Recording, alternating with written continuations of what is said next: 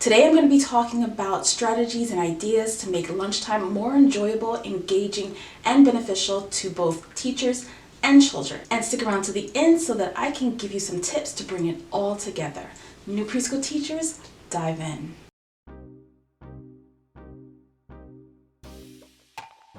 Welcome back to my channel, and if you're new here, hi, I'm Celeste, a former preschool teacher, and I help new preschool teachers navigate their first few years in the classroom with confidence, ease, and intention so that they can teach with impact without overwhelm, chaos, or burnout.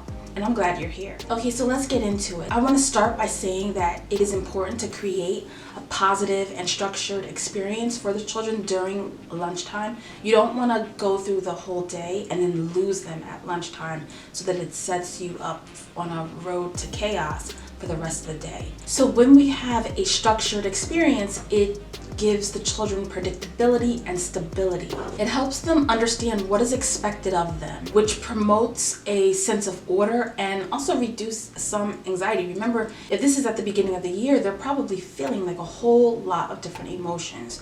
So you want to make sure that from the beginning, you are doing everything that you can to create this consistent routine. Also, creating this lunchtime experience, it's also giving the children more opportunities for socialization. They get to engage with their peers, they get to practice social skills and develop friendships, and also learn from each other. Another reason why you want to create a positive, structured experience during lunchtime is so that you can develop a classroom community, because it encourages cooperation and children have to respect each other's personal space, and also they're engaging with each other and they're learning from each other. Like different cultures are kind of coming together and learning about the different foods and different things like that.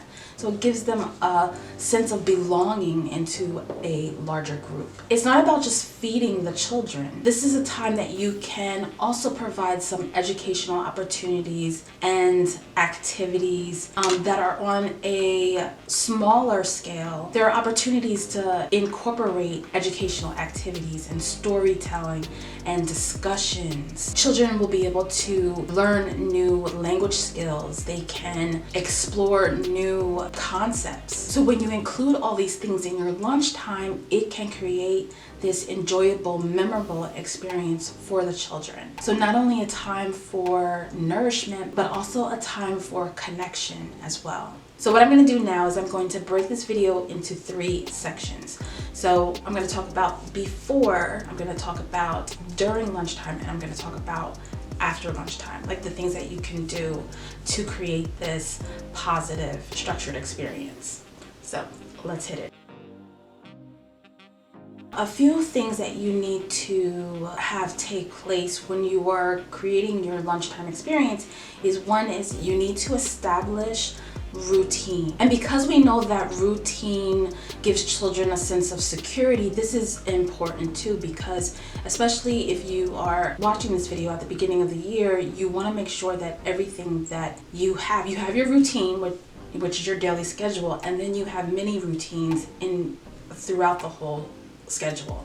So your lunchtime is one routine that should not go overlooked. It encourages independence, it builds self-help skills. It's also a way of preparing them for future tasks, and it also gives them responsibility because they're contributing to the function of this whole process. This is a big deal because now you're stacking on different things that they'll be able to do. So once they are able to do one thing, like, if it's just them grabbing their water bottle and taking it to the table, then after a while, then you can stack other things on top of that. Maybe a month later, they're grabbing their lunch bag also. So you're stacking on what they are able to do, and you're building those self-help skills with them. If you want to find out more about teaching responsibility or encouraging responsibility in your preschoolers, I have another video that I'll put up in the cards that you can check out as well.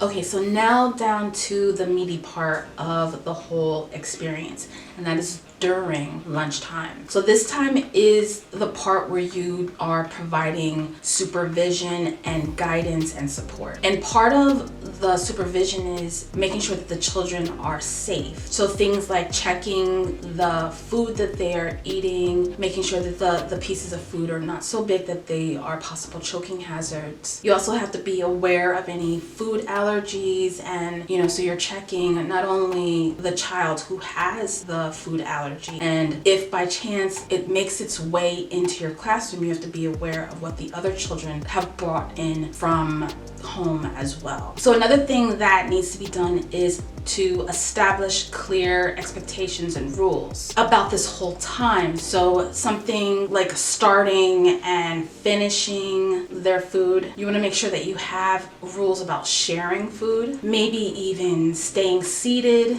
etc. Think about what you want that time of the day to look like, and then figure out what rules you need to put in place, or what expectations you need to put into place to make sure that that happens. You can also teach and model the types of behaviors that you want from the children as well. And let's not forget that this is a time where you are having conversations with the children. So ask open-ended questions and share stories, and also show interest in the things that they are saying as well. So you're probably wondering, what kind of open-ended questions can I ask the children? So what I have is a list of 10 questions that you can ask the children during lunchtime. You could do one a day to spread it out, and then just get the conversation rolling. So both of you, if you have a partner teacher, can ask the children the same thing, and then just get the conversation rolling. So what I'm going to do is I'm going to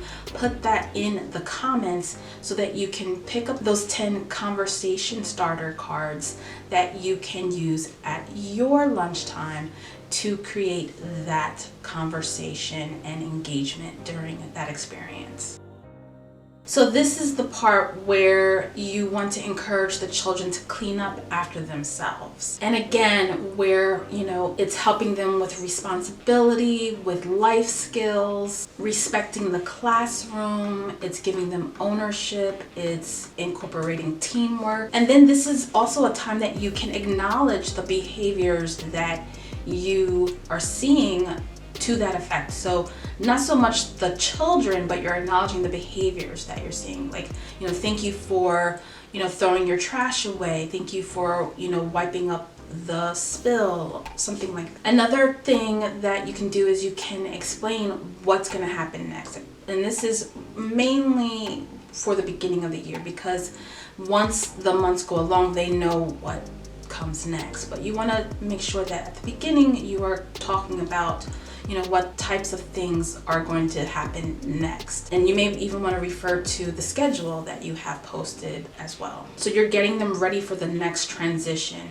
Now, one other thing, you may have children that finish before all the other children. So it is probably a great idea for you to have some type of transition activity for your early finishers to do while the other children are still finishing up their lunch. And maybe during that transition time, or maybe that is a time that you can talk about their lunchtime experience. You can talk about the things that you noticed, or ask them how they felt about it. Ask them, certain questions that could give you more of an idea of how the experience went for them as well. Okay, and as promised at the top of the video, I did say that I was going to give you some tips that could help you bring it all together. So one thing that I already mentioned in the video was having name tags. So a way to get the children to meet each other, or to talk to children that they don't normally talk to, we had name cards. So we would put the name cards out on the table and mixed it up like every day, so that the children are around other children, and children that they don't normally, talk to or play with, just so that they have an opportunity to get to know the other children in their class. You'd be amazed by how this helps the children develop more friendships. So this is a great way to mix things up. This is just a suggestion. It's something that worked in my classroom. You may find something different to do in your classroom, but the point of this is to use name cards so they know exactly where they are sitting. And also, like, children are not arguing over a spot at the table. Another thing is to teach everything. I say this in a lot of my content: assume nothing, teach everything. Because something as simple as lunchtime, you know that they've had experience eating and they may not know how to do that in your room. So you want to make sure that you're teaching every part of the routine, teaching every procedure, whatever it is that needs to get done during that experience. Make sure that you're teaching, modeling, demonstrating, and practicing it like you would any other time of the day. Another tip would be to make sure that you are able to see all around your spot where you are sitting. Position yourself where you can see all the children, so that you're able to, do that supervision and support and guidance. And if you are part of a team, a teaching team, then make sure that you both are on different sides so that you can see within the parameters that you have. A lot of different things can happen. A child can get sick. A child can, accidentally, eat something and start choking. Anything could happen. So make sure that you are able to see everyone as they are talking and eating. And another tip is just to be patient and flexible. Like, be patient because, they're little, they're still learning, and be flexible because things may change, or you may have to change a routine, or you may have to change a procedure if it's not working. So this can be a wonderful time where children are enjoying their meals and learning social skills. And by providing support, teachers ensure that lunchtime becomes a valuable and enriching experience for the children in the classroom. So I hope that you enjoyed this, and I hope that you are able to take what you need and leave the rest, and make sure that you come back here to watch the next video that is posted, so you don't want to forget to do this here. So I will see you soon. Bye.